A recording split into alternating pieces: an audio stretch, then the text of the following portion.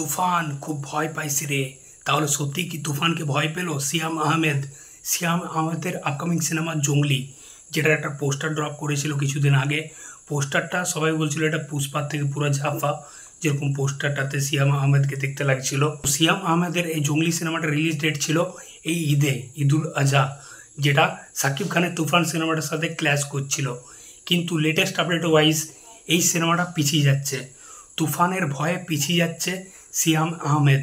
মানে সাকিব খানের ক্রেজ দেখো ভাই, সাকিব খানের তুফান সিনেমাটা যেরকম ক্রেজ তুলেছে, মানে একটা টিজার ড্রপ করে ভাই ফাটিয়ে দিয়েছে। মানে তারপর প্রত্যেকটা পোস্টার যেরকম আগুন লাগিয়েছে, তারপর যে গানটা এসছে লাগে উড়াধুরা, ভাই এই গানটা পুরা উড়াধুরা লাগিয়ে দিয়েছে। মানে সাকিব খানের যেরকম ক্রেজ, এই সিনেমাটার সামনে, তুফান সিনেমাটার সামনে যে কোনো হিরো সিনেমা যদি আসে, সেই সিনেমাটা উড়ে যাবে ভাই, সিরিয়াসলি। মানে কলকাতা ইন্ডাস্ট্রিতেও যদি কোনো হিরো সিনেমা আসে, মানে টপ এই হিরো সিনেমা আসে, দেবজিৎ বা যাই কেউ আসুক না কেন, সত্যি বলছি এই সিনেমাটা কিন্তু উড়ে যাবে। কারণ তুফান সিনেমাটার যেরকম ক্রেজ, এসবিএফ এই সিনেমাটাকে প্রডিউস করছে, তো এসবিএফ খুব ভালোভাবে এটা ডিস্ট্রিবিউট করবে। আর কলকাতাতেও এই সিনেমাটা মানে যতটা বাংলাদেশে রিলিজ হবে, তার থেকেও বেশি কিন্তু কলকাতায় রিলিজ হবে সাকিব খানের তুফান সিনেমাটা। তো জঙ্গলি সিনেমাটা এটা একটা খুব ভালো ডিসিশন নিয়েছে সিয়াম আহমেদের জঙ্গলি টিম, যে এই সিনেমাটাকে পিছিয়ে নিয়েছে। মানে ঈদে রিলিজ করছে না জঙ্গলি, তুফানের সাথে ক্ল্যাশ হচ্ছে না জঙ্গলির। তো এই ডিসিশনটা খুবই ভালো, সিয়াম আহমেদ খুবই ভালো একজন অ্যাক্টর।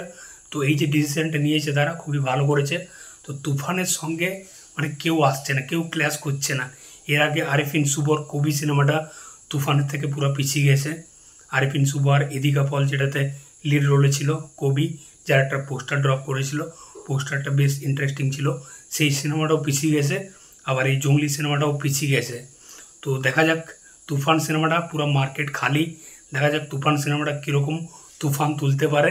আর এই সিনেমাটাকে খুবই ভয় পাচ্ছে ইন্ডাস্ট্রি, মানে কেউ ক্ল্যাশ করতে চাইছে না এই সিনেমাটার সাথে।